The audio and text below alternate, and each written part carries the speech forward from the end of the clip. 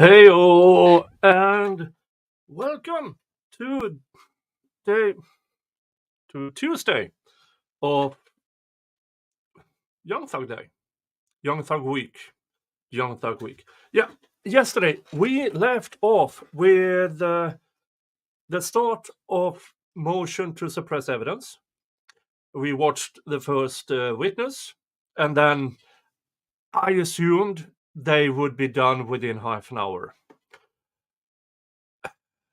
They went on to 10:21 p.m. yesterday for 4 hours. So what's going to happen today is I started a lot earlier than I thought I would, about 4 hours earlier. So today's schedule is 90 minutes of Young Thug motion to suppress. We will try to get through as much as we possibly can. Then it's Yodi Day. And for you who are new here, Yodi Day is when me, Dave, or a guest is skimming through the Yodi Aris trial. And we are up to Yodi Aris cross-examination, and it's heated. So if this hearing gets a bit dull, that hour of Yodi Aris will perk you up. For instance, Saturday, when we did the last part, there were vivid discussions about how and if Miss Aris enjoyed the money shot. The words spoken out loud in court in that trial is okay, interesting to say the least. But we are here for Young Thug first and foremost, so we will do 90 minutes of Young Thug, 1 hour of Yodi, and then we will continue on with Young Thug after that, after Yodi. Links will be posted in the chat and everything. Hi, Sarin Pickle over at Rumble. Yes, I got it going today. I didn't yesterday. Apparently, Rumble had a DDoS attack yesterday. So that's why I couldn't transmit my over at Rumble. Okay, but we have 90 minutes to try to get through 4 hours of content. So, dun dun dun dun dun dun. Oh, sorry, got a bit of a hiccup today. Boom, there. All right, sound up. Playback 1.25. Oh no closed captions today. Darn it, sorry. Thank you, Ginger Tea. Good morning, she says. And what's going on here? Good morning. Good morning. You have effortlessly become one of my fans. Oh, thank you so much. Thank you so much, Ginger Tea.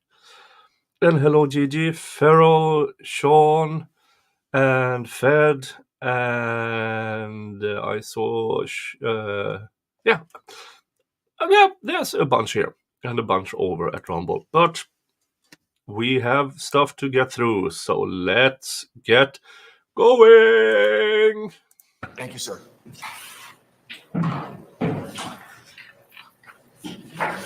That was the first witness, who was absolutely boring. Okay. Come on, prosecutor. Call your next witness. Come on. Next we have Agent Chanel Chisholm. Agent Chanel is the next witness, okay?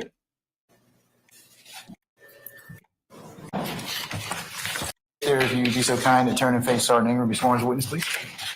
Hey, Nanya. Raise your right hand. Use my first testimony. Give the truth, whole truth, nothing but the truth. Please spell your first and last name for the court, please.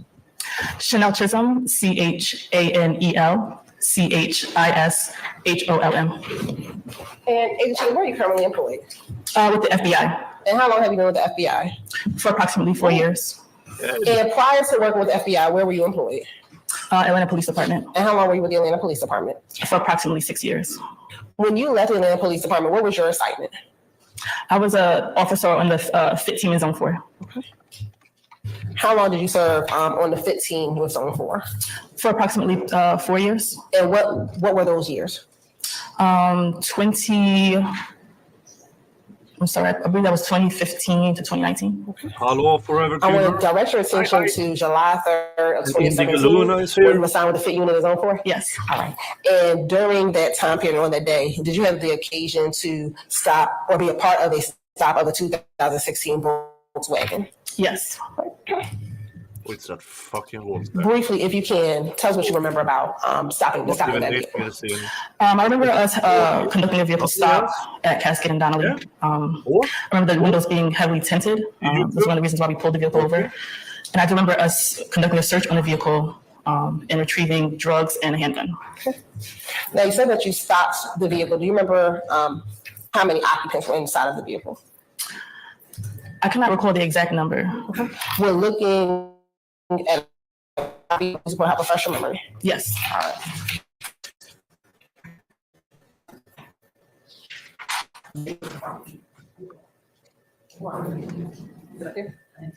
Is there a police report, please?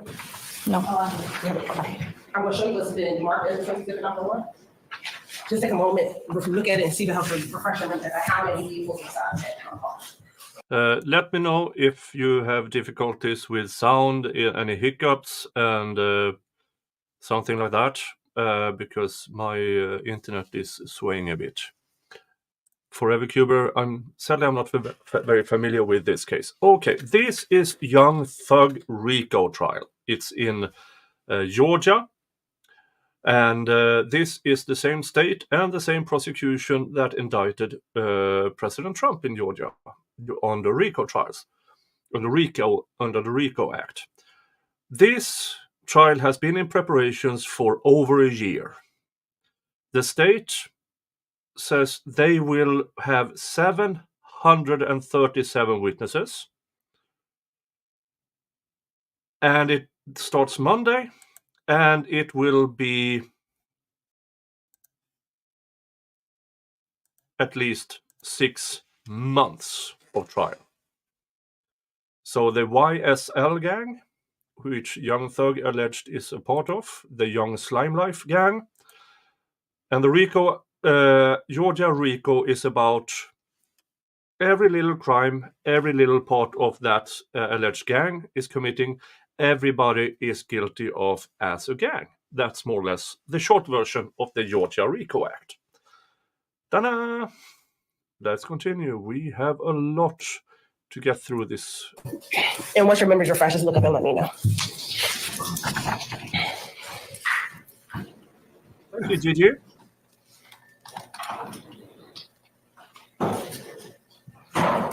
Varsågod.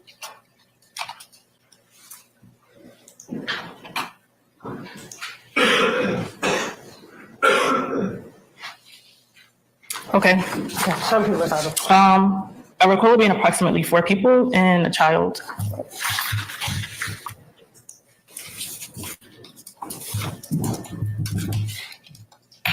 And once you stop the vehicle, do you recall how you would have approached that vehicle? Typically, when we stop vehicles, we all approach the vehicle, all officers.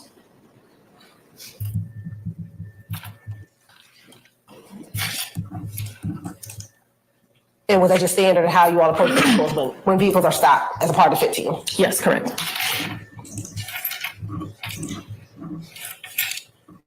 And in this particular instance, did you speak with any of the occupants of the vehicle? Yes, I spoke with the female occupant, Pierre. And do you recall where she was seated when you spoke with her? I do not recall her exact position inside the vehicle. We're looking at a copy of the report, help refresh your memory? Let's see. So it will help you refresh your memory? Yes, Okay. it will.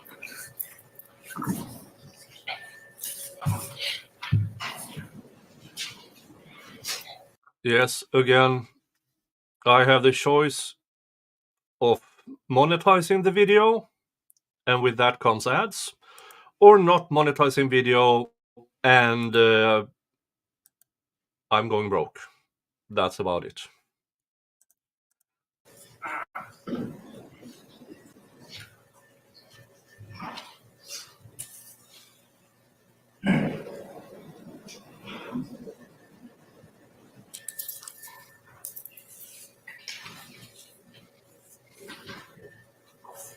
Come on, what are you waiting? Okay, so Pierre was occupying the front passenger seat. Okay. And did you speak with Ms. Pierre? Yes, I did. What, if anything, did you speak with her about? Objection, Your Honor. Basis. I'm a violation of the Confrontation Clause. I understand that hearsay is admissible in these type of proceedings, but this goes beyond hearsay. This is going to be reference to consent, and I believe that that's testimonial, and that Mr. Nichols has the right to, for a Confrontation Clause. Your Honor, Go ahead, Madam. this is a suppression hearing where hearsay is admissible for the court to On make a it. floor basis, I'm gonna consider it for that weight and purpose, Madam. Is Ms. Pierre gonna testify at trial? No, Ms. Pierre will not be testifying because this is a motion to suppress, Your Honor. So we're just trying to get the fact that the police had a right to be inside of the vehicle or had permission to search the vehicle. You know, Mayor, respond to that. Yes. I understand the purpose, like the state wants, that doesn't make it allowable. Your Honor, our Georgia Constitution goes beyond, the Constitution reference to these type of protections. That our Georgia Constitution includes language of any criminal proceeding. This counts. This is not just regular hearsay. This is hearsay, hey, the car was blue. This is testimonial. Mr. Nichols has a right to confront, with any witnesses against him. This goes beyond that. If I may, Your Honor, Ma'am. directing the court to Bates v. State of Georgia, 277, Georgia 543, where it says it has long been recognized that hearsay is admissible and determine the existence of probable cause. Admission of hearsay for that purpose does not violate the constitutional right of the defendant to confront the accusing witness because guilt or innocence is not the issue for determination. There's a great difference between what is required to prove guilt in a criminal case and what is required to show probable cause for arrest or search. A finding of probable cause may rest upon the evidence which is not legally competent in a criminal trial. So again, Your Honor, we're trying to determine whether or not the officers were able to go inside and search the vehicle, and therefore, for this particular hearing, hearsay is allowed. All right, I'm gonna sustain the overrule the objection, I should say. However, it's subject to foundation. It'll be subject to a trial foundation, so So you can, what? you can answer the question. Okay. Can you repeat the question? What, if anything, did you and Ms. Chisholm discuss? Me and Ms. Pierre, we discussed. Sorry, Ms. Pierre, sorry. I spoke with her about if there was anything illegal inside the vehicle, and I also asked if we can get consent to search the vehicle as well. And did she give you consent to search the vehicle? Yes. And did you all subsequently search the vehicle? Yes. And upon searching the vehicle, did you find anything? Yes. We found narcotics and a gun. Do you know what type of narcotics? I do not recall. We're looking at a copy of the report to help refresh your memory. Go ahead.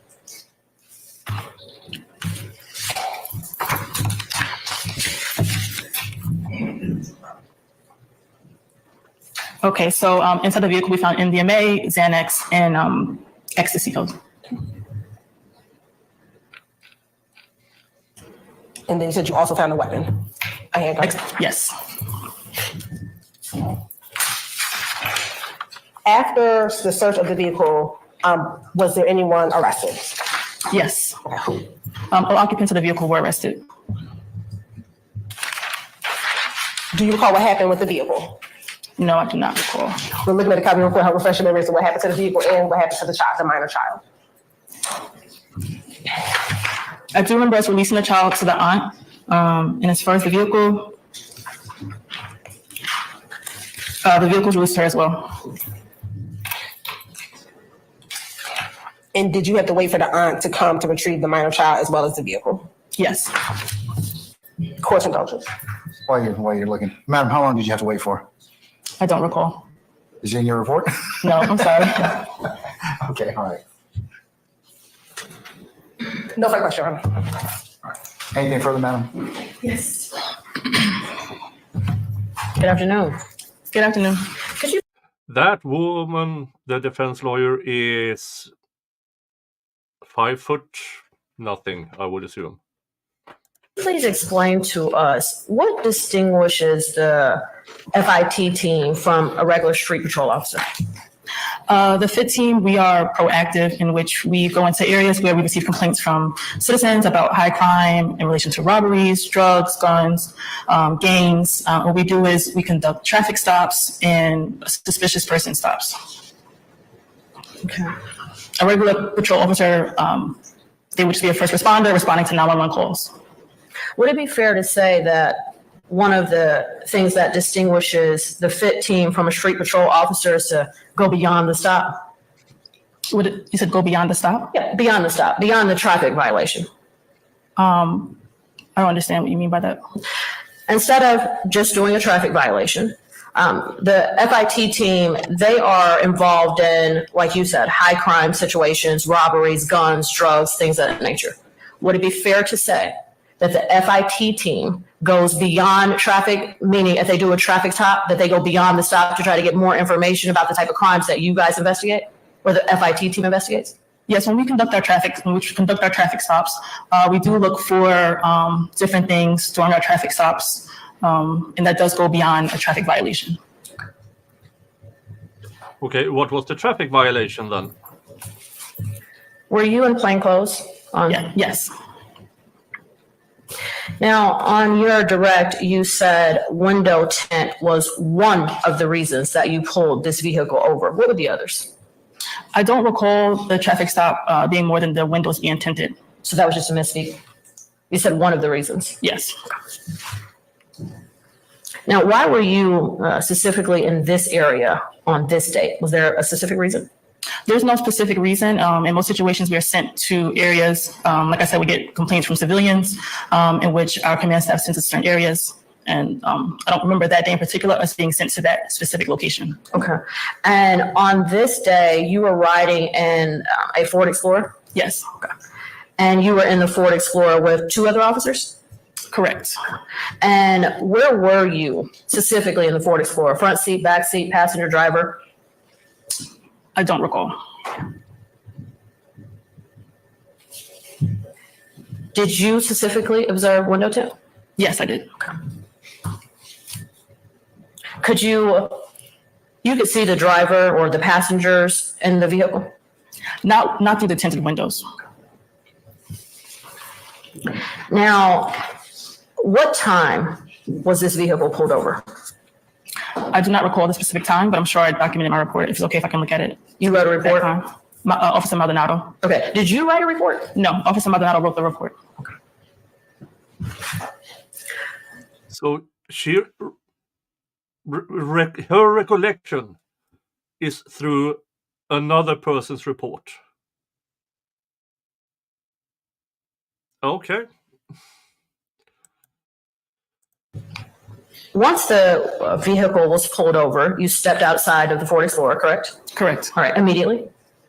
You immediately stepped out of your patrol vehicle? Yes. Okay. And you stated that you approached the vehicle, you went with the whole team? Correct. Okay. And what side of the vehicle were you standing on? The passenger side of the vehicle. I think the previous witness was the person who wrote that report. So they have I don't know if they have included the report, but yeah, it's hard to say when it comes to law enforcement what is actually hearsay and what is not. So I'm not sure. But for me, it's clear hearsay. She refers to a report she didn't write. And that for me is ludicrous. She can't recollect her memory by what somebody else wrote down, in my opinion. Were you standing on the passenger side in the front by the driver, by the front passenger side or the rear passenger side? I don't recall if I was in the front, but when I approach vehicles, I'm usually in between the front and the back side of the vehicle. Okay. So in between the rear passenger side and the front passenger side. And when you approached this vehicle, tell us the first thing that you did. When I approached the vehicle, the first thing I saw was the tinted windows. Okay. And then I also saw there was a child in the vehicle and a female passenger. You just said you first saw the tinted window before the traffic stop. Then you approached the vehicle and saw the tinted windows. And then you saw a woman and a minor through the tinted windows, but you didn't see the driver. This is all over the place.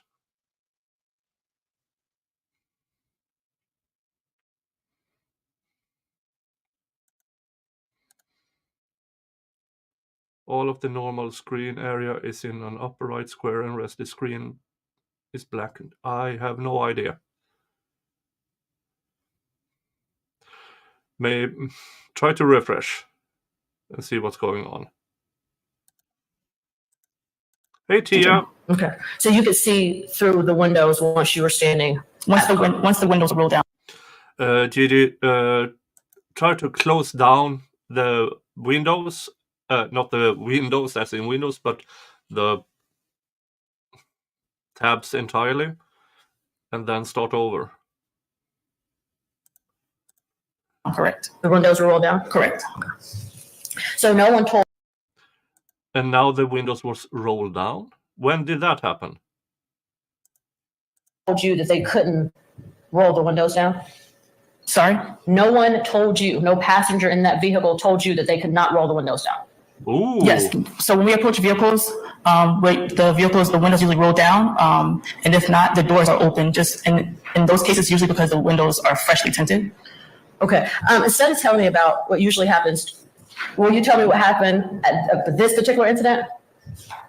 Okay. So approaching the vehicle, once I saw inside the vehicle, the only thing I can recall is seeing a front passenger female who I interacted with, and a child in the back seat. Okay. All right. Let's slow down a little bit because I'm not sure how you saw inside the vehicle yet. All right. So you approach the vehicle. You're standing on the passenger side. Mm-hmm. Tell me what happened next. You approach the vehicle and then what? I approached the vehicle. I approached the passenger on the passenger side of the vehicle, which was Miss Pierre. Okay. Once the vehicle door was opened, I encountered Miss Pierre. Okay. So you asked Miss Pierre to open her vehicle door. Correct. You did not ask her to roll down her window. No. Did I misspeak on that? It's all right. We'll move on to the next question. All right. So you asked her to open her car door and she complied. Correct. Okay. All right. And then what did you do next? I asked Miss Pierre to step out the vehicle. Okay. All right. So you immediately asked Miss Pierre to step out of the vehicle. I don't recall how soon I asked her to leave the vehicle, but I do remember asking her to exit the vehicle. Okay. All right. Time's pretty important here. Mm-hmm. So tell me, and maybe this is easier for you to tell me in the court kind of continually what you did next so we can see about how long that took. So you approached the vehicle, you asked her to open the door, she opened the door, correct? Correct. So what'd you do next? After she exited the vehicle, I had a conversation with her outside the vehicle. Okay. All right. So it didn't take long for her to exit the vehicle upon you approaching the vehicle. I don't recall the exact time. I know that you say time is important, but I cannot recall from when the amount of time it took us to get her from outside the vehicle. All right. Is less than a minute fair? I do not recall. I'm sorry. Okay. Do you recall what you were doing or saying within the time before she stepped out of the vehicle? No. No? All right.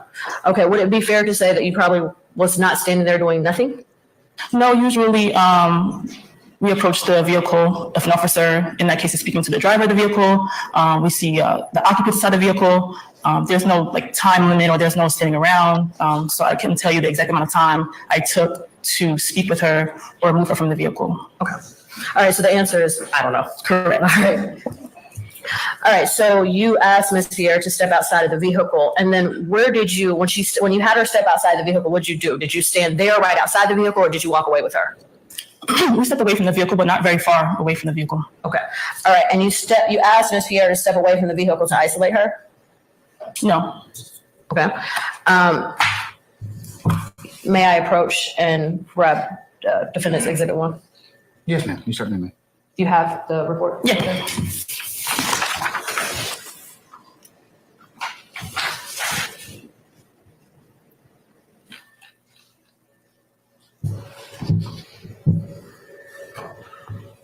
Okay. All right. So why did you ask Ms. Pierre to step outside of the vehicle?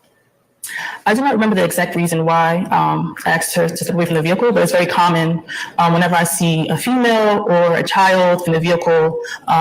If I, just based off my experience, see that someone appears to be nervous, meaning a child or a female, I will put them to the side. Okay. And right now, you're generally speaking, you're not talking Correct. about this incident. Correct. All right. So here, you do not know why you No, asked. ma'am. Okay.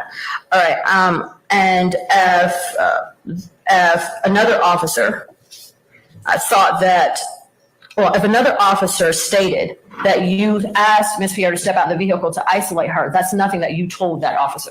There may be. Oh, wait. As objection basis, The form of the question? I stand as the form. I'll rephrase. Did you tell any other officers that you asked Ms. Pierre to step out of the vehicle to isolate her? No.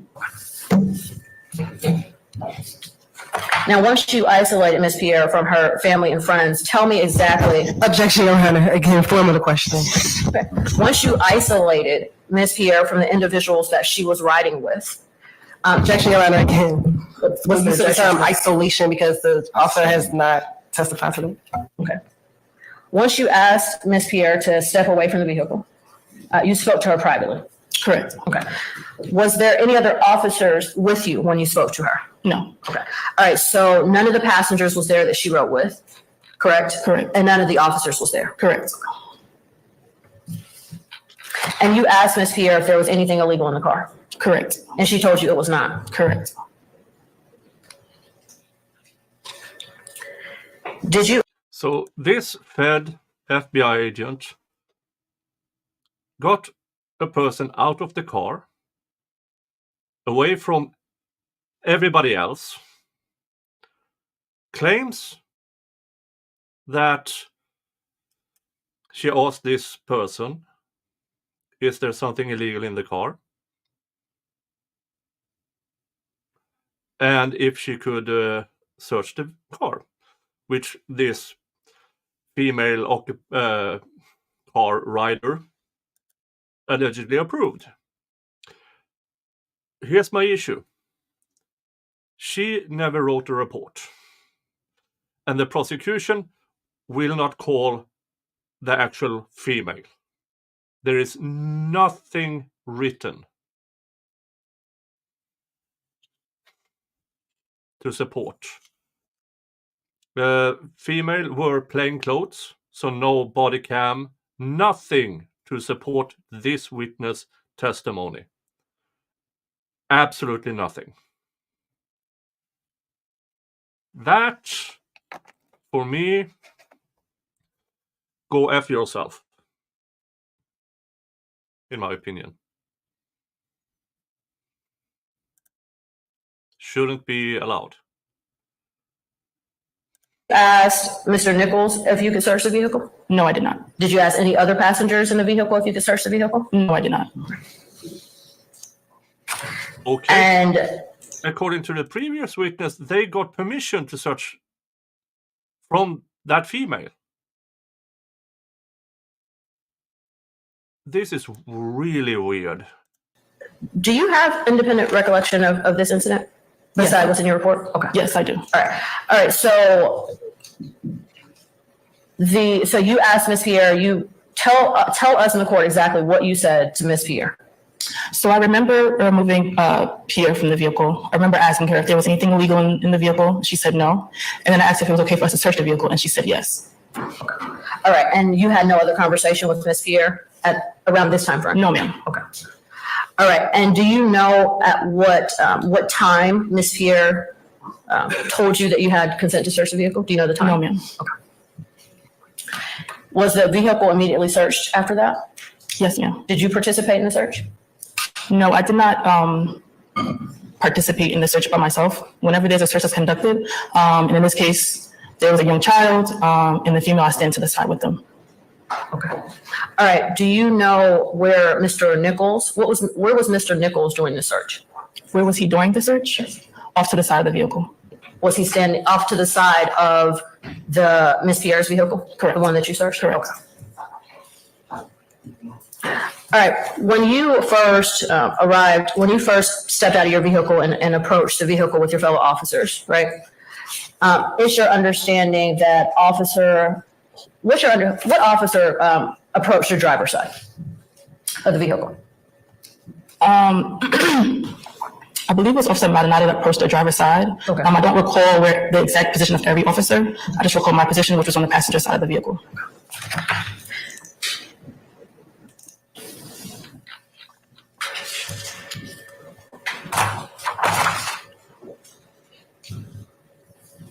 All right. So you didn't participate in the search. You stated that, right? No, ma'am. Okay. All right. And you were standing just outside of the vehicle Yes. during the search?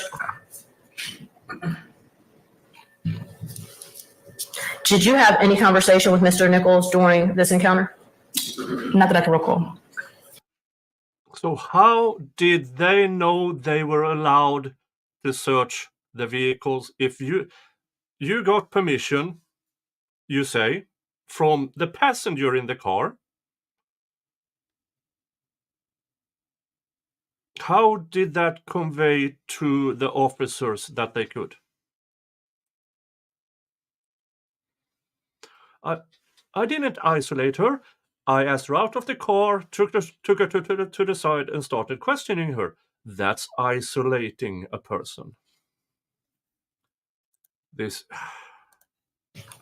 Did you have body camera Yes. for the day of this incident? Yes. Oh, really? Okay. Have you tried to locate that body camera footage? No, ma'am.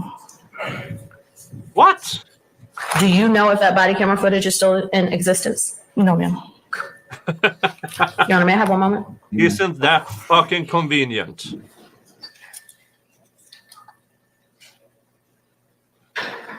Isn't that convenient? I have nothing. No further questions. I have absolutely yak crap to support what I'm saying here, but Your Honor. All right, anything further on stage? okay, done with this Motion? business. Motion. Please don't discuss your testimony except the attorneys in this case, okay? Thank you. All right, thank you, madam.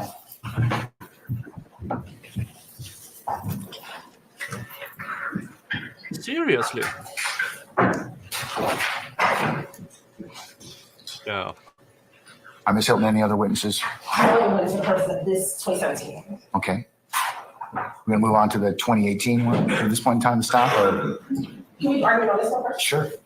First, all right, does the defense have any witnesses or evidence for the purposes of 2017 stop? No. Okay, all right, we'll go to argument at this point in time. That's Mr. Young Thug. Your Honor, first, I want to address standing as it relates to Mr. Nichols first, and then depending on the court's ruling with the standing issue, I'll reserve argument for the second issue. Your Honor, the state believes that Mr. Nichols does not have standing to challenge the stop of this vehicle.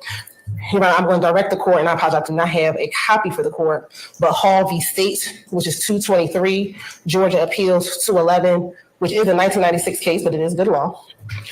What's the citation? Sure, Your Honor. Hall v. State. Okay.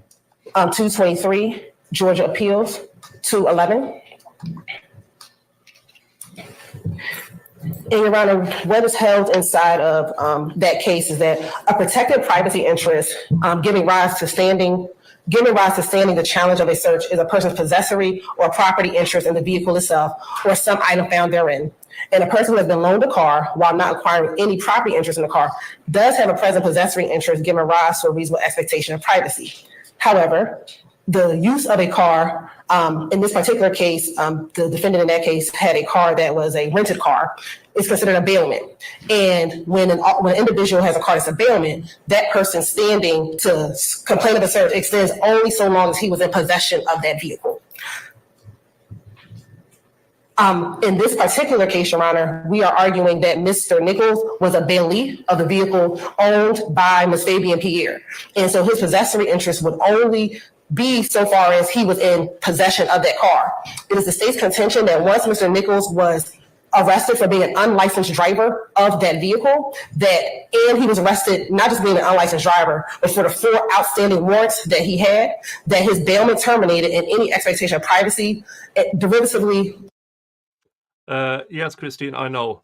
But this is Young Thug Week, and I will do a stream about that maybe tomorrow before noon. But I need to get caught up with the Young Thug stuff. But thank you for telling me. Or not, his standing to complain about this search were extinguished because he no longer had possession of that car at that point in time, because he was A, an unlicensed driver, and B, had 4 outstanding arrest warrants, that he no longer had standing to challenge the search of that vehicle. So that's the state's first position, Your Honor, is that Mr. Nichols does not have standing, given that his bailment concluded at the point at which he was arrested for those warrants, for being an unlicensed driver and for the 4 All warrants. seems to indicate that there's no Georgia case. This is back in 1996, but which examines the scope of a bailee's reasonable expectation of privacy in a vehicle, but other jurisdictions have. So have you found anything earlier or anything that the courts Judge Johnson writing for the majority at this point in time in Court of Appeals. Have you found anything else? Hall was the first case. So Hall was the first case that addressed that issue, and that was what was found is that given the bailment, Hall did not have standing to challenge. I don't think that's what Hall indicates. Respectfully, Hall argues he had reasonable expectation of privacy because it was a loan to him. So, and it looks like it says.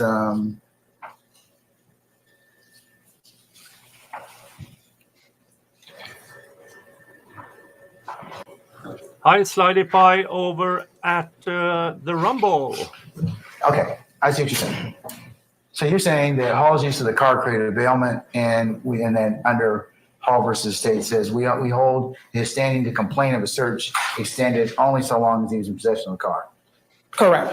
All right. And what we're saying is, in the car up till the time you stopped, though, wasn't he? but until he got arrested. So we're saying at the moment that he got arrested for being an unlicensed driver and the 4 warrants, that he no longer had a right to the vehicle because he can no longer drive the vehicle.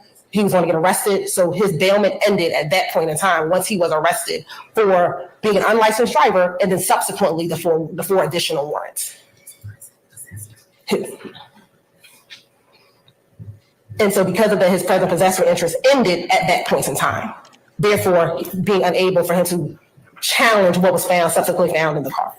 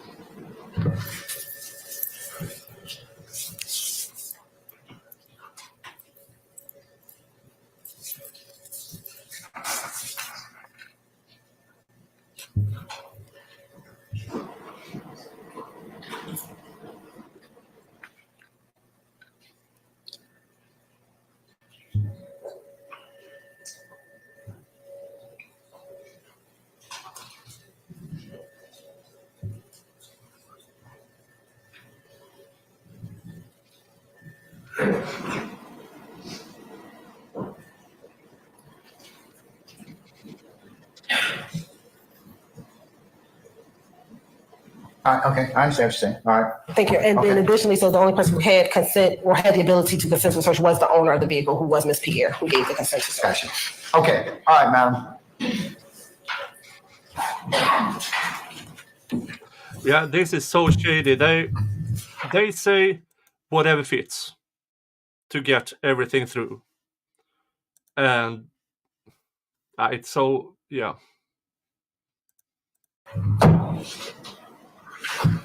Okay, Your Honor. How would you distinguish Hall, Ms. Westmoreland? Well, I'm reading Hall now, but it looks like in Hall, the car was impounded without objection.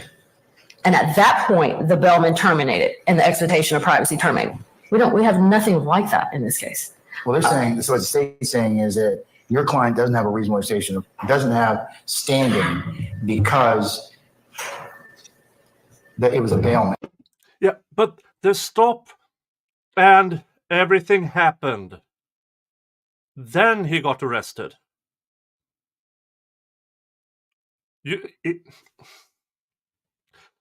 can't get approval after the fact. You have to have everything in order before that.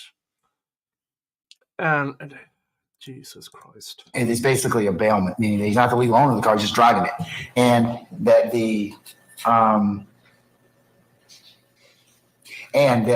his standing to complain of a search only extends so long as he's in possession of the car. So once he's arrested, and then the vehicle is given back to or given to the Ms. Pierre's mother at that point in time, his possessory interest ends and he doesn't have standing. Okay, so I do not agree with that and will argue against it. I'm reading along I with you, understand. okay? But, Your Honor, before we even get there, these officers were very confused in reference to time and how long everything took. But Mr. Your Mc- Honor, we're gonna object because again, before we even. Yeah, you gotta get the standing first. Let's deal with the standing first. Okay, all right, so the reason why I brought that up, Your Honor, is because the state has nothing to even prove that he was arrested before the search. Your Honor, and again, that's not about standing. We don't even get, she doesn't even get to argue that until she says that her client has standing. Okay, all right, so Your Honor, we have standing for a few reasons. The driver of a car has a reasonable expectation of privacy that even a car that he does not own, United States v. Cooper, 133 Fed 3rd, 1394. Your Honor, I also have, and I have a copy for you. What's the citation for Cooper? 193 F 3rd, what? 1394, 11th Circuit, 1998. You know, may I approach? I have another case. Sure, you can give it to Ms. Weaver. Thank you. United States v. Flores, 814339. That's a 2023 case. Your Honor, in this case, this was a rental car. The defendant in this case did not own the car, nor was he listed on the rental agreement. But the court reasoned in this case that due to the fact that he obviously had permission because he was possessing the car and or operating the car, and that the officers observed him inside of the vehicle,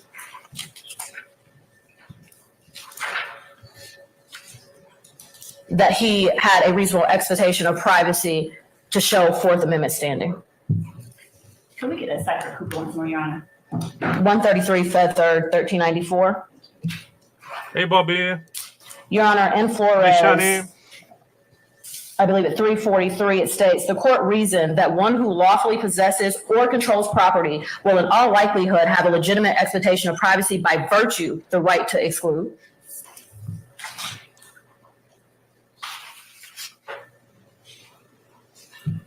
Your Honor, this case goes on to say possessing keys suggests lawful possession, permission is lawful possession.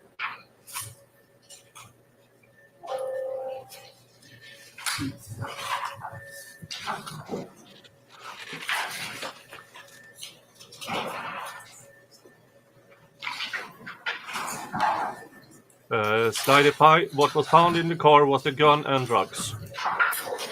But they are contesting the search in itself.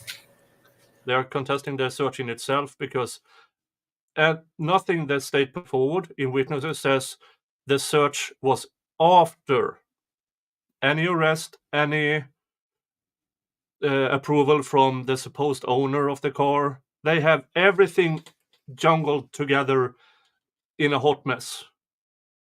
Now, the state tries to argue that this is a hearing to suppress evidence, and therefore the hearsay was allowed and stuff like that.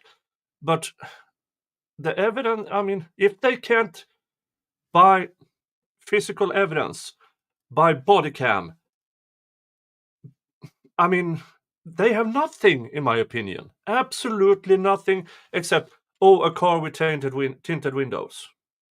And the feds, the FBI agent said, well, I took the woman aside and asked if there was something illegal in the car, and she said no. And she asked her, can we search the car? And she said no. And she said yes.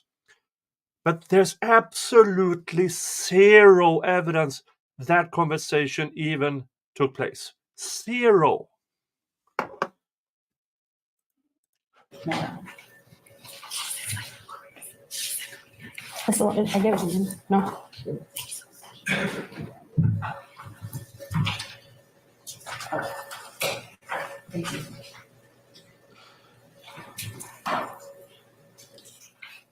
Yeah, feds was in plain clothes. I don't know how the officers identified themselves.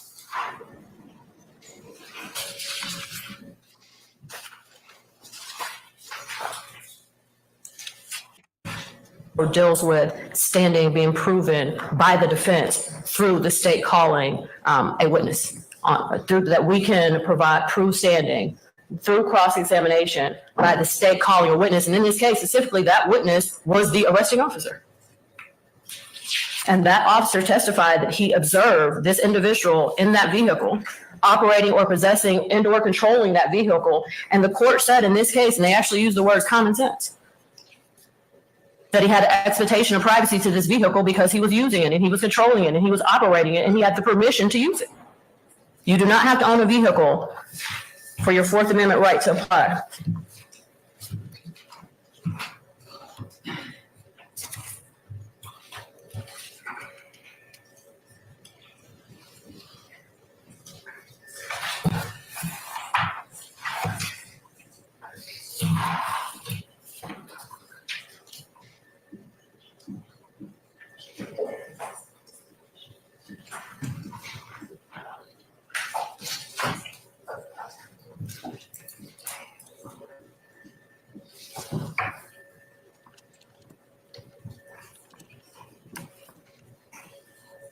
You got any other Georgia cases on this point, Ms. Westmoreland, from our highest court?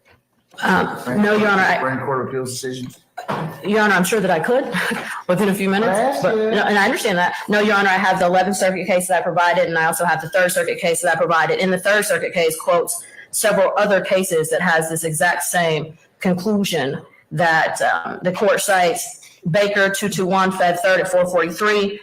The court also cites the 7th Circuit, the 10th Circuit. I can look in here and see if they cite the 11th Circuit also. But Your Honor, all these cases say the same thing, that if an individual has permission or if they are in control or possess a vehicle, that, I'll quote, if an individual has the owner's permission to use property, society surely recognizes this as reasonable. Where the defendant offers sufficient evidence indicating that he has permission of the owner to use a vehicle, the defendant plainly has a reasonable expectation of privacy in the vehicle in standing to challenge its search.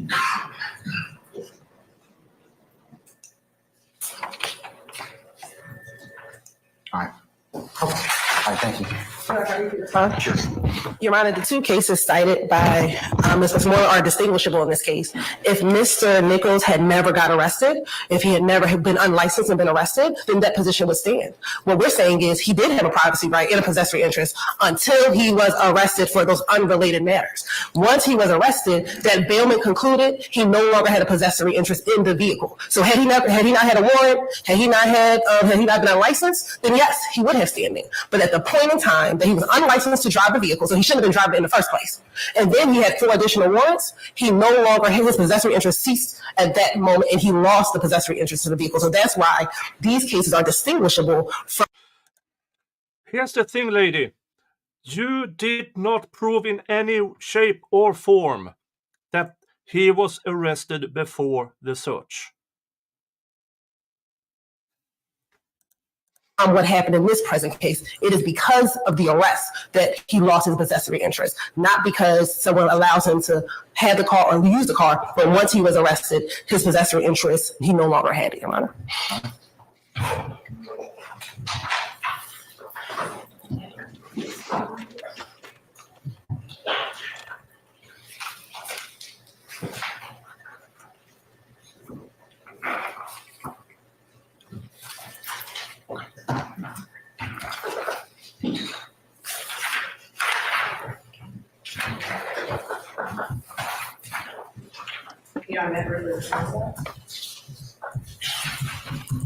Yes. Your Honor, we stand on the cases that we have provided the court, but additionally is that this vehicle was searched prior to Mr. Nichols being arrested anyway. The officer testified that he did not do that arrest till the end. I asked him that, and he testified to that. And the defense can prove standing through cross-examination of a state-called witness. That's exactly what happened in the case that I just provided to the court. And the court speaks about it. The court states that this is how the defense proves standing. They did it through the government's own witness, and that the state called that witness. The state is stuck with the witness testimony. And he testified that that arrest did not happen until the end. The search was already conducted before Mr. Nichols was arrested, regardless, even with the argument that the state is making now. Okay. Given the facts and circumstances, I'm going to find Mr. Nichols has standing. What? So call your next witness. What? You're gonna find out he doesn't. What? Are you fucking kidding me? Judge!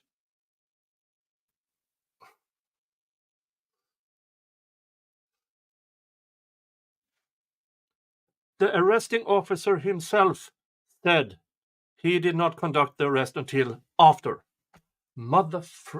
Jesus Christ, what a clusterfuck. I'm fine. He does have standing. Okay, so there's no more witnesses. You just had argue. Okay. Argument, we'll reserve your argument. Okay, all right. You have any other witnesses, madam? No, Your Honor. Okay, all right. Go ahead.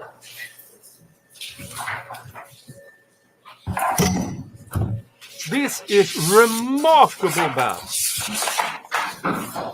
I mean, Your Honor, we rely on our motion and our particularized motion in the record today, but I do want to point out a few things. Your Honor, this was not a traffic stop by regular street patrol. This was a traffic stop by the FIT team. And Your Honor, they're not looking for window tints. The FIT team primary duties is serious crime, robberies, things of that nature. And on this particular occasion, July 3rd, 2017, the FIT pulls this vehicle over. They all exit the vehicle. They all exit, all of the officers exit their patrol cars. They all surround this vehicle. They do not even ask, I mean, they almost unapologetically is not even interested in window tints. They do not ask any of the typical window tint questions like, do you have a medical card? Does anybody have a medical card? Were these windows factory tinted? None of that. Your Honor, as soon as they as soon as they approach the vehicle, they're immediately interested in everything and anything beyond window tint. As a matter of fact, the first officer, Sergeant, he even stated, he said, listen, our purpose is to go beyond a traffic stop. Your Honor, this stop was pretextual and it was meant to harass, and this traffic stop was not based off of the violation that they ended up writing. Your Honor, the officers didn't even bother testing the windows to even see if the windows were. They did. No, they didn't even bother testing the windows. Testified about that. I mean, I should say, Maldonado testified about that. Your Honor, I'm sorry. I was almost finished that sentence, and I think you'll know where I'm headed. The officer testified that he didn't even bother testing the windows until the end of the stop, to right before, Pulled him over because of that. and did not even bother testing the But they windows. tested it sooner or later, right? Sooner or later, which is going to lead me to the prolonged detention argument. But yes, Your Honor, he How long did. were they to stop him? Well, Your 5 Honor, minutes, 10 minutes? I mean, the testimony Maldonado gave us was he said probably 5 minutes from the initial stop to the inquiry of the occupants, right? this judge. so Your Honor, Sergeant Monado was all over the place in reference to timing, and when I directly, after going back and forth and me suggesting, hey, was it a minute? Was it 2? Was it 3?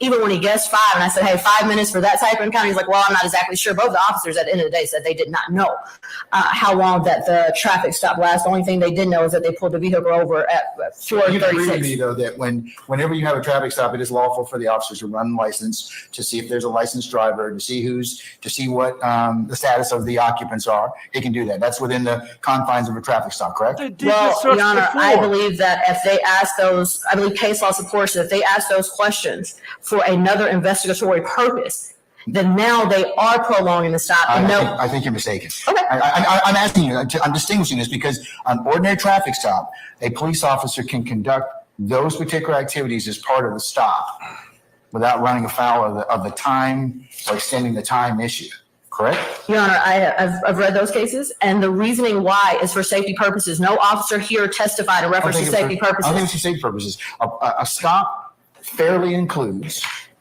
whether or not, I mean, the running of a driver. Now the judge is testifying to the actual time. I mean, this is Jesus Christ. License and the status of the occupants. That's fairly contained within the dictates of a traffic stop. If it's in relation to that traffic stop, not for other investigatory purposes. That's the whole problem. That's what Rodriguez talks about, is that when the officers are asking questions for other investigatory purposes, that was not for the matter that they stopped. But I can stop you and check your license, though, and determine whether or not you got a valid license for any traffic stop. Absolutely. Okay, so that's what they did in this case. Well, Your Honor, actually, what they did in this case is that they asked Mr. Nichols for his identification, And he didn't. and he told him he did not have any. Okay. They immediately So they can run him at that point in time, right? and they did, and his information came back immediately, as the officer stated. All right. And from that point on, the officers' questioning and everything that they did for several minutes was investigatory for another matter. That prolonged the stop. And we know exactly why they did it. They were FIT, and they are trained to go beyond the stop because they're looking for robberies, they're looking for serious crime, so they immediately went into their job primary duties, and that's exactly what they started investigating. They didn't even bother testifying, hey, we just asked for ID off a routine, hey, we had safety concerns, hey, someone looked nervous. They told you. It's our job to go beyond the stop, and that's exactly what they did. And Rodriguez and other cases tell us is that when you prolong a stop, by asking questions or doing any activity for other investigatory purposes, you have prolonged the stop, and that's exactly what they did. Okay.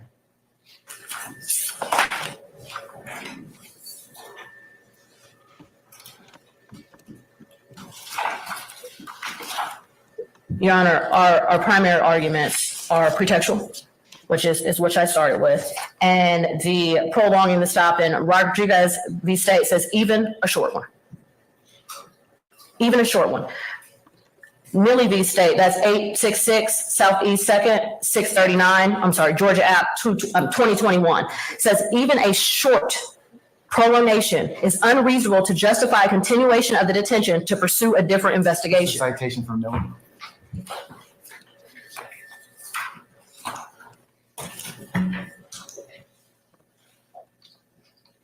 Your Honor, I believe I'm going to give you the 866, Southeast 2nd, 639. It's a Georgia Appellate Course 2021. I'm sorry. 639. What's the citation, please? 866 866. Southeast 2nd, 639. That's a Georgia appellate case in 2000. How is Millie spelled? Neely. Oh, it's Nilly. One more time. N-E what? Neely. Neely. Okay. Neely. And Your Honor, I know that the court has Rodriguez v. State, 2014. Your Honor, I'd also like to give the court Wagner v. State. That's a Georgia appellate case, 1992, 424, Southeast 2nd, 861.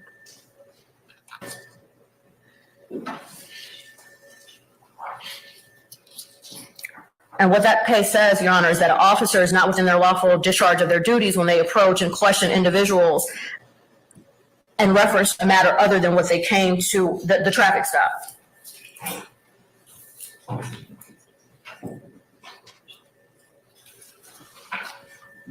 Yeah.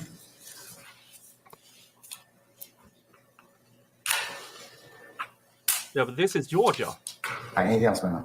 This is Georgia. I don't know the stop and identify state, but Your Honor, in Rodriguez, everything the happened court explains that traffic stops are generally prolonged They were there in two different ways. because they thought this car contained black criminals. That's the one and only reason they stopped this car. They searched it, they wrote down the things they needed to, and then, yeah, this is arrested because black, in my opinion. I don't care if the arresting officer was of color. I don't care if the Fed was of color. I don't believe for a second that anything in this stop was truthfully testified to by the officer and the Fed. Not one thing. And the judge is swallowing it like Jodi Arias. Either the traffic stop is prolonged because the traffic stop goes beyond the conclusion of the investigation, or the traffic stop is prolonged because the officers perform investigations into other matters. And here, Your Honor, I argue that we have both. Beyond the conclusion, because the officers could have pulled Mr. Nichols over, I put it up to They could have asked for 1.5. identification, taken Mr. Nichols out of the car, taken him immediately back to the police car, run his name, his information immediately came back. They even immediately knew that he had warrants. But instead of arresting Mr. Nichols or writing him his citations and ending the traffic stop because the window tint investigation is over. They had 3 other people in the car and a baby. I understand that, Your Honor. I understand that. And instead of We'll have to look at the totality of circumstances. you do, and Your Honor, and think of, and Your Honor, the totality of the circumstances is this. They're there, they pull this vehicle over for a temp violation. They have 3 individuals in the car, one who is the registered owner, and they do not even bother to ask her about her window tint. Your Honor, credibility is always that issue. Yeah, but see, you have a couple things going on in Sure. the circumstance. So I have to take a look at that. When I look at the totality of circumstances, and going back to Neely, Neely is distinguishable from the case you have here because once the officer learned that there were no warrants, he didn't conclude the traffic stop. Here, your officer determined there are warrants. So thus that extends the time for the traffic stop, within the facts and circumstances. Your Honor, absolutely agree. That's how the officer testified to. He did not say our traffic stop took time because warrants came back, so I started doing. But that's what I heard. I mean, so that's what I heard in terms of the evidence presented by the state. So actually, Your Honor, what the officer testified to was that, remember, Mr. Nichols was the first person out of the car. That's what the officer testified to. He stated that he took Mr. Nichols directly to his patrol car. He immediately ran his name and he used the words that the result was instantaneous. That's exactly what he said. And then after that, he did not testify that, hey, what I did then was starting arresting Mr. Nichols or writing his citation, or I moved forward with because he had all the information. But you have 3 other people in the car. Right, Your Honor. And those 3 other people in the car, even F, because what the second prong of prolonging is whether the officers were diligent, the officers did not testify. We can't read into it. The officers didn't testify, hey, while I was doing this with Mr. Nichols, and I was processing him and arresting him and whatever the case might be, my other colleagues was getting the other passengers' information because that's routine or that's safety or something of that nature. That's not the testimony that we received today. The testimony that we received today is, hey, we're FIT. We're trying to go beyond the stop. So while one officer was handling Mr. Nichols, we were going beyond the stop trying to get more information, ask if there was anything illegal in this vehicle. The officers did not testify that they really did anything in reference to the other passengers, including the owner, to try to wrap up the tint investigation. And the officer that arrested Mr. Nichols testified. He just sat there. Well, that's because they got consent from the driver and searched the vehicle and found other contraband. Well, Your Honor, listen, Your Honor, I think that consent, and I think this is the state's burden, is shifty at best. The officer had very trouble remembering. She didn't really remember what she did, what she said. She couldn't heavily rely on her own report because she did not have one. The body camera, the officer who allegedly took the consent had body camera, and the other officer, the sergeant, had body camera. This case was indicted in May of 2017 when that body camera was still available and still there, and the state didn't even bother to get the body camera. But that was a private conversation. This individual, Ms. Pierre, was isolated from the individuals that she rode there with. The officer that testified kind of gave this generally, this is what we do, but I don't remember why we did it in this particular situation. And Your Honor, for this court to decide that consent was free and voluntary, I don't even think that the officer who testified was able to give enough information in reference to that. She barely remembered what happened. But Your Honor, so that's my argument in reference to the consent, is that I don't think that you have enough to be able to say that she gave free and voluntary and valid consent, and it's the state's burden to prove it, and I don't think that they did.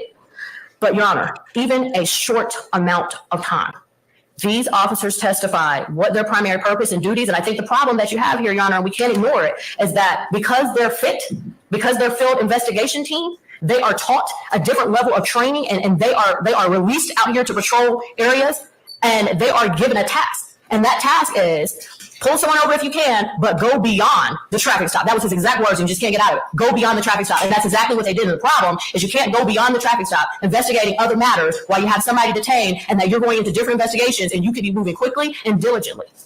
And in the shortest amount of time, it's too long, according to Rodriguez. All right. Thank you, ma'am. All right. Yeah. Apparently not in Kenosha, So, Georgia. You got 3 arguments to address, Ms. Hilton. Yes, Your Honor. One is that they said they're saying the stop is pretextual, the stop is prolonged, and they didn't have valid consent. Yeah. Start out with those 3 things, and you tell me what else you need to argue. pretextual is one. What was the second one? Prolong the stop is prolonged. I think Ms. Westmoreland cites for that proposition neatly. Your Honor, I want to frame, and I'll address all 3, but just want to frame the facts again, Your Honor, because I think that the facts and some facts are being left out, which I think is important in the evaluation. So what we have, Your Honor, is that the officers see a car with a heavily tint, so much so that when Sergeant Maldonado stopped the vehicle, what he advises that Mr. Nichols tells him that we just got the windows tinted, and so he had to open up the door. Both of them, both Sergeant Maldonado and Agent Chisholm, both advised that it was so dark that they could not see inside of the vehicle. And yet, The Fed testified she saw the woman and the kid in the car before she opened the door. Before. What, they only tinted the driver's side? This is such a load of bullshit. Your Honor, so that's the reason for the stop. Once they actually are able to speak with the occupants inside, Mr. Nichols and Ms. Pierre, they realize it's 4 adults in the car and a minor child. Once they detain Mr. Nichols and ask him whether or not he has ID, they detain him, move him to the other vehicle, as Sergeant Maldonado says. They find that he's unlicensed, and then also find that he has additional warrants. It is during that time that the Agent Chisholm is speaking with Ms. Pierre, and Ms. Pierre advised Agent Chisholm advised that Ms. Pierre gave consent to search. That is when the male officers search the vehicle. Agent Chisholm is sitting. I bet this is why they don't call that woman. Because she would testify to something else. That she didn't give the consent. This is why the state doesn't call that woman. On the side with Ms. Pierre, and the vehicle is being searched. All of that is taking time. And then importantly, once the search was conducted, what Sergeant Maldonado said on my redirect was they had to wait for the woman who was coming to take the car and the child to get to the location. So they had to wait that time, which in totality, all of that time was why the stop was prolonged. Not because of the search, Your Honor, but because of also having to wait for someone to come and retrieve the child and the vehicle because all occupants were getting arrested. So that is some of the facts that I think we need to frame. So let's discuss the pretextual stop. I'm going to direct the court to Garcia-Carrillo, Carrillo, v. State, which is 322 Georgia Act 439. And in that case, Your Honor, this is the case in which the defendant, Mr. Garcia-Carrillo, thought that he should have a motion to suppress be granted because the officer had a lack of probable cause to stop him and that the stop was pretextual. What the court said is, we likewise find no merit in appellant's claim that his motion to suppress should have been granted because the stop of his vehicle was pretextual. A suppression motion arguing that a traffic stop was pretextual necessarily fails where an officer observes the motorist committing even a minor traffic violation. Here, the officer said that the window tint, and not just said it, but also tested the tint, was that Mr. Nichols was driving the vehicle with an illegal window tint. It was. What's that citation again? I'm sorry. Sure, Your Honor. 322 Georgia Act 439, and it is a. What's the name of the case again? Garcia-Carrillo, Carrillo. Yeah. That the window tint measured 21%, which is substantially lower than the 32%, which is the legal tint limit. And that's the plus or minus 5 that one can have. So the fact of the matter is they were driving around in a newly, freshly illegal tinted window car. Once they stop Mr. Nichols and they speak with him, he's now driving a legal tint, but he's also unlicensed, so he shouldn't be driving anyway. So now we have a second reason why Mr. Nichols is detained. Then we learn that he has warrants. At that point, while they're talking to him and finding out about the warrants, Your Honor, they have to confirm those warrants. They have to make sure that those are valid warrants. They ask Ms. Pierre for consent to search. She gives them the consent in which they find guns and drugs. So as it relates to the fact that it was a pretextual stop, Your Honor, again, the courts have held, and this is good case law, that again, when there is a valid traffic violation, the stop is not pretextual. Secondly, Your Honor, and I'm going to actually go to the consent. We're going to deal with consent next, Your Honor, is what the courts have also said, and I'm going to direct the court to Hall v. State. Let me get the right citation, Your Honor.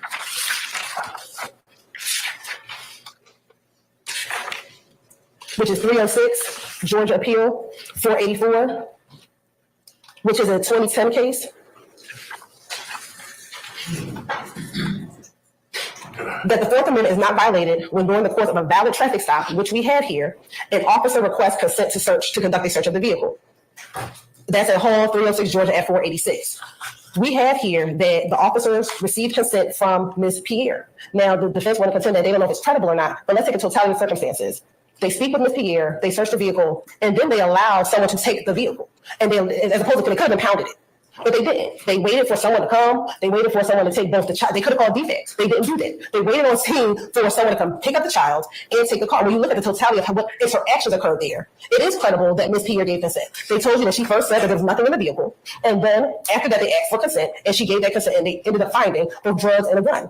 And then subsequently, Mirandized everyone to find out whose stuff it is. And when no one claimed it, it is at that point they arrested everyone. But they're trying to find out who does the stuff belong to, what happened to it. They're having conversations with the individuals and occupants of the vehicle. So when you look at the totality of the circumstances, you look at what the officers testified to, it is credible that Ms. Fabian, given what was happening at the time around the car, her child is out there, it's possible that she's going to get arrested, that she gave consent to search the vehicle, and that's what happened. There's nothing here to contend otherwise that they did not have consent to search. So, Your Honor, we do believe that the testimony prevails that they did have actual consent to search the vehicle, given everything else that happened that evening as it related to the stop of this car. And then the second concern is that it was prolonged.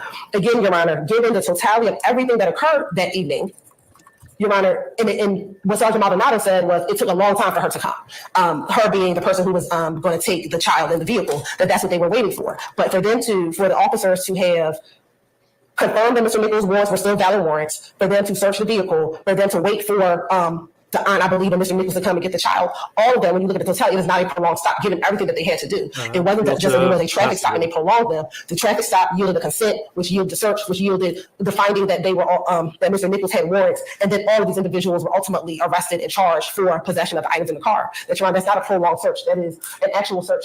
That's the time that needed for the search to be complete.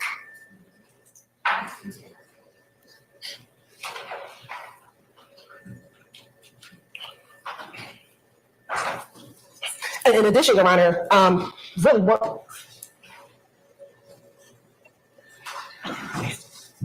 So for those reasons, Your Honor, we don't believe that it was a prolonged stop. It's not a pretextual stop. And given the totality of the circumstances, Your Honor, we believe that the evidence would support that the officers did have consent to search the vehicle. With everything else, Your Honor, we stand on our pleadings. We did send a copy over to the court yesterday evening, Your Honor. I believe it was filed this morning, but we will stand on the pleadings from there, unless the court has any additional questions, Your Honor. Thank you.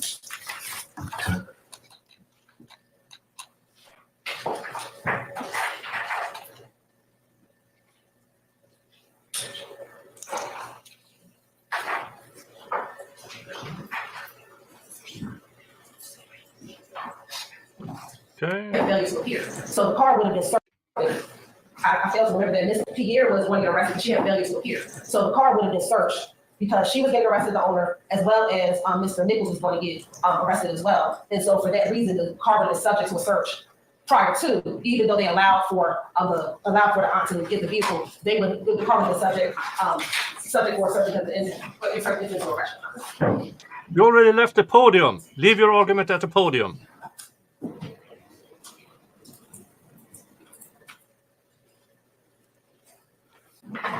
Skipping ahead. Particularized motion to suppress evidence and or other relief filed by Mr. Nichols' legal team on November the 8th of 2023. State's response, as well as a case law that's been cited for the court's information and consideration. Citations have already been given to Neely versus the state. Why do you need that? You already know you're States, going to approve Garcia, Carrillo versus the state, and Hall versus the state, among others. The court, in this particular circumstance, summarizes as follows. This case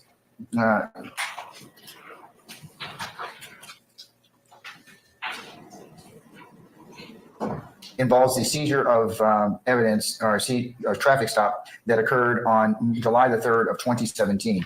It alleges that Officer Maldonado was on parole with other officers when they initiated a traffic stop of the 2016 silver Volkswagen Jetta for a alleged window tint violation. There were multiple occupants of the vehicle, to include Mr. Nichols as well as Ms. Pierre, the owner of the vehicle. Testimony also alleges and shows that there was Ms. Pierre gave consent to search the vehicle during this particular encounter. The search of the vehicle. By testimony from a Fed, no body cam footage. Didn't write a report.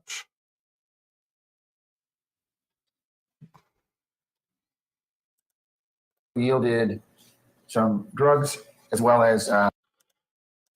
Imagine in court an officer going up to the stand and just talking, and the judge taking everything at face value. I'll allow it. Is this another I'll allow it?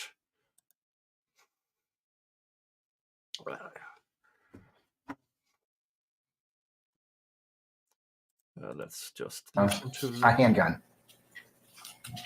Now that's All the. the occupants of the vehicle, except for the small minor child, were charged with possession of Schedule 4 narcotics, since the narcotics were found inside the vehicle center console, and possession could not therefore be attributed to any particular occupant.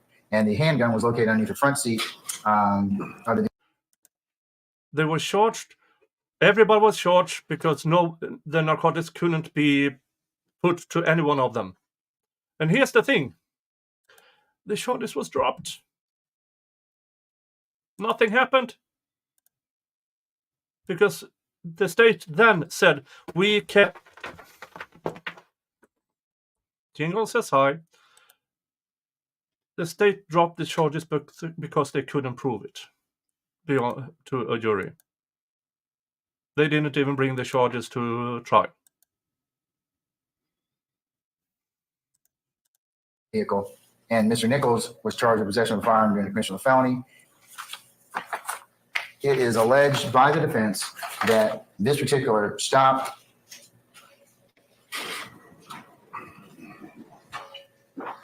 Now, this YSL gang pretextual. did, and there are convictions over the years against people in the YSL gang. No question about it. But using RICO as we can't prove this separately or this separately or this separately or this separately. So let's bundle everything together, call 737 witnesses, and hope sheer volume will get them. That's not how we do it in a civilized society. That's how they do it in a police state. And in violation of the defendant's rights under the 4th and 14th Amendments to the United States Constitution and Article 1, Section 1, Paragraph 13 of the Constitution of the State of Georgia of 1983, and that the acts and part of the police officers constitute an unreasonable and unlawful search and seizure of this particular circumstance. The defense specifically argues that 1, the stop was pretextual, 2, the stop was prolonged, and 3, that the consent given by Ms. Pierre was not freely and voluntarily given in this particular circumstance. In considering the arguments of counsel, the court will address each of the defendant's arguments. In terms of the stop as being pretextual, the court. Just say it, Judge.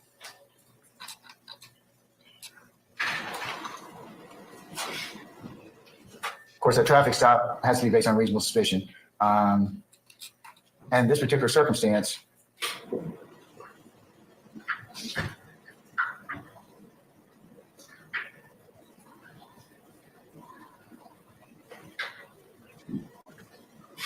You know what you're going to say. Just spit it out.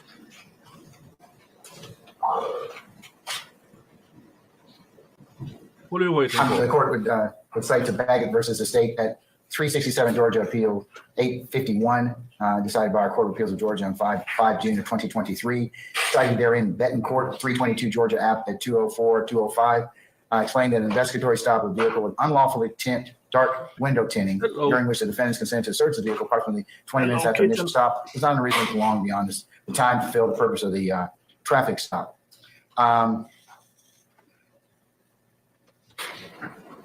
I am now staring at an. Also, Betancourt, as well as, and that's Salmeron, and that's Salmeron, 280 Georgia at 737. It does not unreasonably expand the scope or duration of a valid traffic stop for an officer to prolong the stop to immediately investigate and determine if the driver is entitled to continue to operate the vehicle by checking the status of driver's license, insurance, and vehicle registration.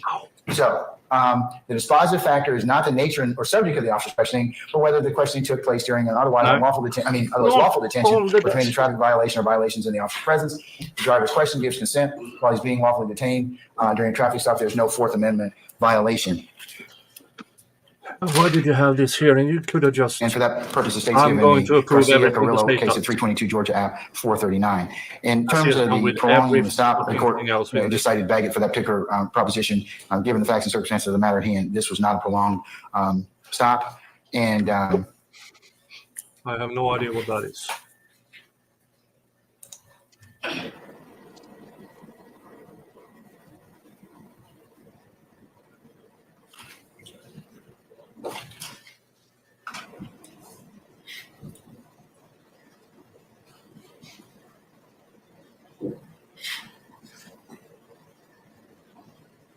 And Neely versus the state at 362.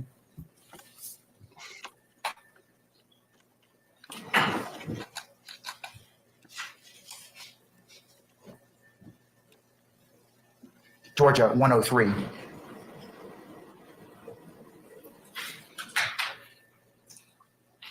Yes, Jack, I am from Sweden.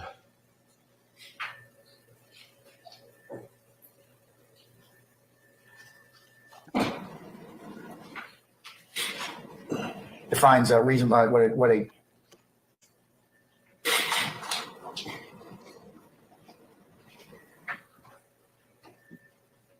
a traffic stop that is initially justified by the interest in issuing a ticket to the driver becomes unlawful when it's prolonged beyond the time reasonably required to complete that mission. However,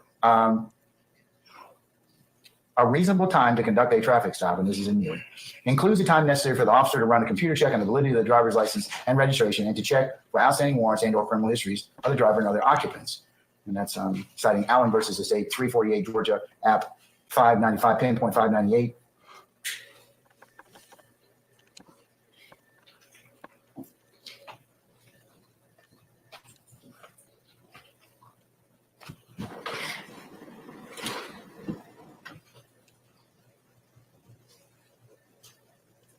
And as Ms. Westmoreland mentioned, even a short prolongation is unreasonable unless good causes appear in the meantime to justify a continuation of the detention pursuant to a different investigation. And that cites Weaver at 490. I should say 851 Southeast 2nd, 125. In this particular situation, the court has also taken consideration of the testimony of Officer Maldonado, Sergeant Maldonado, and Agent Chisholm.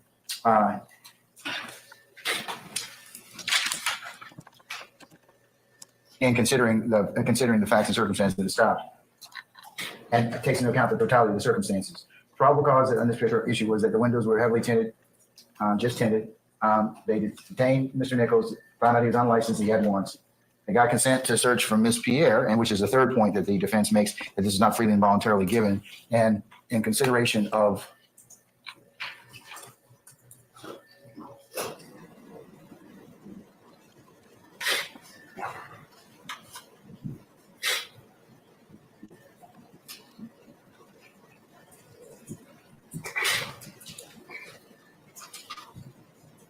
the Fourth Amendment is not violated during the course of a valid traffic stop. An officer questions the driver occupants of the vehicle and requests consent to conduct the search. Samaran versus State, 280 Georgia, 735, pinpoint 736.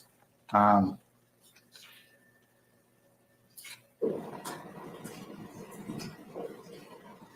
again, this case also cites the proposition of a reasonable time to conduct a traffic stop includes the time necessary to verify driver's license, insurance, registration, completing paperwork, citation, warning, running a computer check for any outstanding arrest warrants for the driver or passengers. In this particular circumstance, even though the defense has raised the issue of that this may have been because of the type of officers these were, they still didn't arrest or this stop was. The court does not find the stop to be pretextual. The court finds also in terms of credibility that the consent was freely and voluntarily given. It's credible under the facts and circumstances is the officers did let the car owned by Ms. Pierre to be released to Mr. Nichols' aunt and also the child, which also extended the time for the totality of the stop. And they had to wait and release the car to the child to the aunt, which they could have impounded the car and as the state argued, taken other steps to send the child to DFACS custody at that point in time. So for those aforementioned reasons, the court finds that there was, in fact, probable cause for the stop for reasonable suspicion. And the court also finds that the stop was not pretextual, that the stop was reasonable in nature, or reasonable in duration, and the consent was given. So for those reasons, the court will deny Mr. Nichols' motion to suppress the 2018 stop on July the 3rd of 2017 and rule it otherwise admissible as long as the state can lay a necessary foundation. So that's my ruling.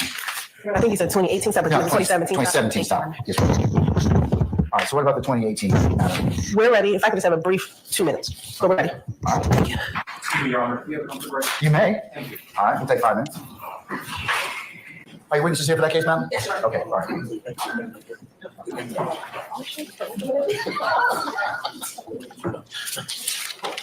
All right. We will save the. Oh, Jesus Christ, there's so many hours and they already started today. Okay. We are 4 minutes away from Yodi stream. I will try to redirect you. The link to the stream is posted on top of the chat over at YouTube and in the chat over at Rumble. And I will see you there in roughly 3 minutes. Okay? Okay. Yeah. And I might have a guest today on the Yodi stream. And you don't want to miss Yodi stream because last episode, Jesus Christ, that was interesting, to say the least. All right. See you in a few minutes. Bye-bye.